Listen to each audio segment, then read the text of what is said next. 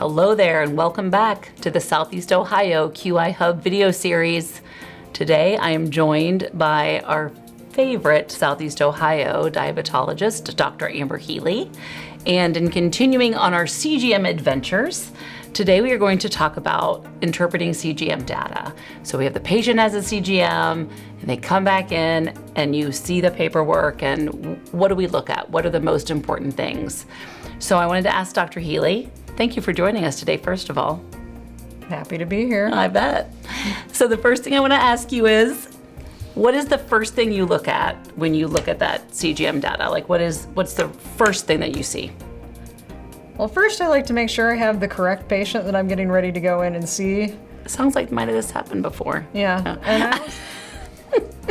And I also like to look at the data range. I actually brought a couple of examples today. Fantastic. Of the two most common CGMs that we see. Awesome. So Okay. I have a Freestyle Libre All right. and a Dexcom. Okay. And so the first thing I like to do is make sure I have the correct patient. So important. I have mine blacked out, but you'd find them in the upper corners, either the left on the Freestyle or the right on the Dexcom. Okay, that sounds good. The other thing I like to look at is the date range and make sure it's close to when I am seeing the patient. I again have mine blacked out Okay. mostly. And then, you can do these for 14 days, 30 days, 90 days. We tend to do 2-week snapshots, the 14 days. Okay. So that's why you'll see 14 days on this report here. It says 14 days up here on the top of the Dexcom. All right. And that becomes important because we want to see how long the sensor has been worn by the patient and used in the time that we're looking at to interpret our data. So Okay. here you can see the sensor is active Oh, that's nice. 86% of the time in this Okay. patient. In this patient, it's 93%. They even tell you it's 13 out of 14 days. That's interesting. Okay. Yeah, so that's because that means that you've got more data to look at. This means more to you. Excellent. Okay. What else? So where are we going to go next? So we've talked about patient. We've talked about the dates that also are important and how the percentage. What's next? I like to then come down and look at this bar. Okay. So the time and ranges. The ranges, yep. And so the time in range is defined as 70 to 180. All right. That's this green bar. Okay. And the goal is for it to be about 70% Okay. for control. Could even cover that up maybe, and that kind of explains it, as well as what's over here. Yeah, that just shows what the actual patients is here, Yeah. 61%. So Okay. pretty close Okay. to goal. Okay. And then, if you're going to look at the time that a patient has higher glucose, you're going to look above range. So you've got the level 1 time above range, which is the 180 to 250. Okay. And that's the next largest bar you should have. They recommend around 25% or less Okay. For it being in this range. And then 250 and higher would be what they call level 2 time above range. Okay. And you don't want your patient there all that often. 5% or less of the time is what is recommended. Okay. And then it's also important to look at lows, because what's great about sensors is they prevent lows, but because they alarm and people will treat before they get too low, whereas especially if they don't have symptoms, Okay. which is great for people to know before they get there. Right. But they still happen. So they have a level 1 time below range. That is time spent between 55 and 70. So right there. And less than 4% of the time is what you'd like that to be at. Okay. And then time very low, so basically 54, 55 or less. Okay.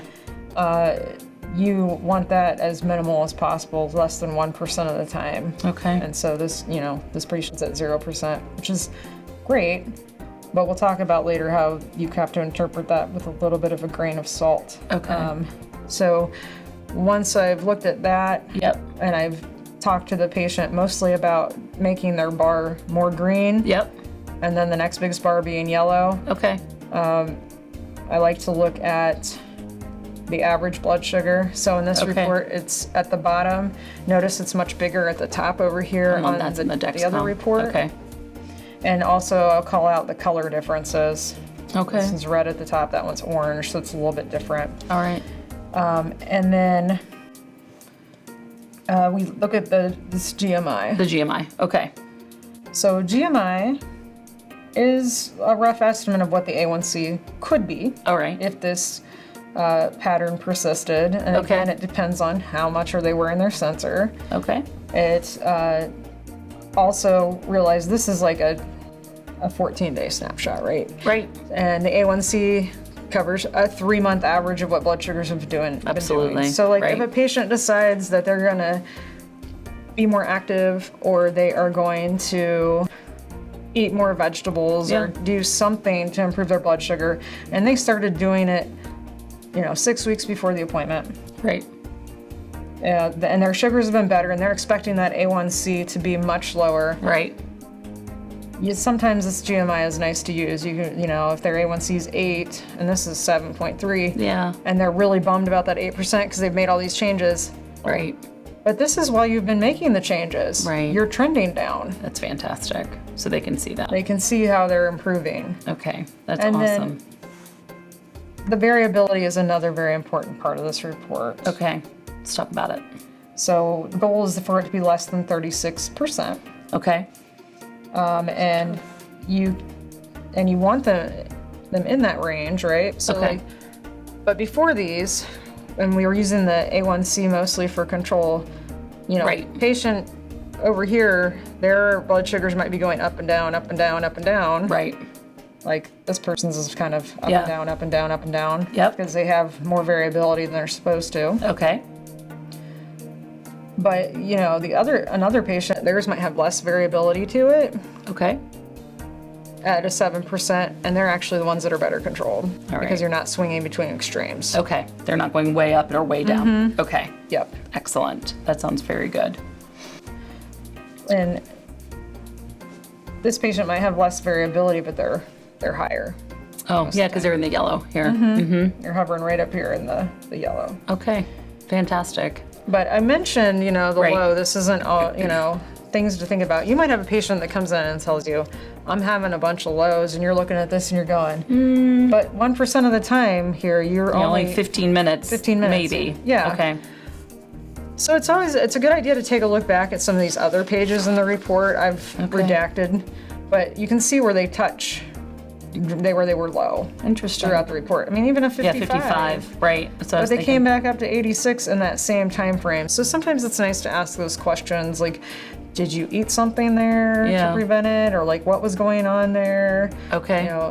Yeah, did you do a finger stick? All the different things we like to ask about that. Okay. And see, because you might be an opportunity to adjust medicine. As you can see, like this same patient had Pretty low. what looked like persistent lows, but seemed to yo-yo during that time. And so and it didn't show up that much because it was just a short amount of time. Correct. Okay. Correct. On the larger picture. Okay. That's excellent. Yeah, How but- about, go ahead. I was gonna say, how about for different populations? So would something be different for a pregnant person versus an elderly person or something along those lines? I'll answer that question, but I want to back up and also call attention to this Okay. spot, because like this can show you where sugars are averaging and the variability as well in another way. Okay. So the dark blue line is like the median, Okay. and the whiter these are, where they get out in more light blue, the more variability is. So you can see this particular patient has less variability in the early morning, but a lot more variability later in the day. And that probably has to do with what they're eating. Interesting. Okay. But I will get back to your other question. So Okay. you asked about other populations. Yeah. So when we look at the elderly, currently, according to the consensus guidelines, it is accepted that 70 to 180, 50% of the time, that time and range is appropriate. Okay. There are some other geriatric societies, like the International Geriatric Diabetes Society, that have suggested that maybe we change that range to 100 to 180 and still make it 70%. Because Okay. we want to be careful about hypoglycemia Yeah. in geriatric population. Okay. But we also don't want to compromise their control because they may already have underlying complications that can worsen and make other things worse. Okay. And then when it comes to pregnant Yes. patients, so type 1 in pregnancy, 63 to 140 would be the range. It's a little bit lower. Yeah, 70% of the time. And then what's less well established because of, there isn't really data to back it, Yeah. is in the same guideline is for type 2 and gestationals. Again, the range of 63 to 140, Okay. but 90% of the time. All right. So our elderly patients, we're pushing that target range up a little, and for pregnancy, we're pushing that target range down a little bit. Yep. All right. Is there anything else you'd like to share with us, or we did pretty good, I think. I think that's most of the points that are important to hit on. Okay, that sounds good. We appreciate you giving this overview. So I always learn a lot. It's nice. So thank you for your time. You're welcome. Thank you everyone for joining us as usual for our Southeast Ohio QI Hub videos. And we hope you enjoy this one. If you have other questions or comments, please feel free to let us know. If you'd like more information on this, maybe we could figure something out for you. All right, have a great day. Thank you.